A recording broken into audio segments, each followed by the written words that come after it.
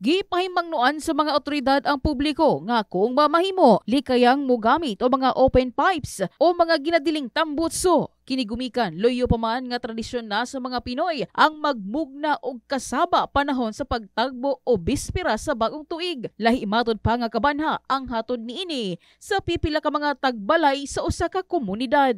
Usa ang munisipalidad sa Alabel ang hugot nga nag-implementa sa pagbawal sa mga burak asa pipila ka mga motorista na usab nga gagamit niini ang nasampulan. Mo lang nang ginahangyo sa atong lokal nga panggamanan nga di magpabuyag kay ang mga tao disturbo o perwisyo kanang dili lang ko nato i-satisfied nato kung galingon. I-satisfied ninyo nga kanang walay tao nga masagasaan sa inyong buhaton ba.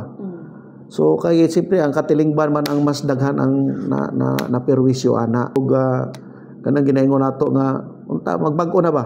Magdisiplinado na ta, mo drive ta atong motor, dili na burak. Karong pagtagbo sa bagong tuig, naghinaot ang mga otoridad nga magpabiling malinawon og layo sa unsa mang kakulian ang publiko. In the heart of changing lives, kini sa MJ Fernandez, alang sa 89.5 Brigada News FM Jansan, the Music and News Authority.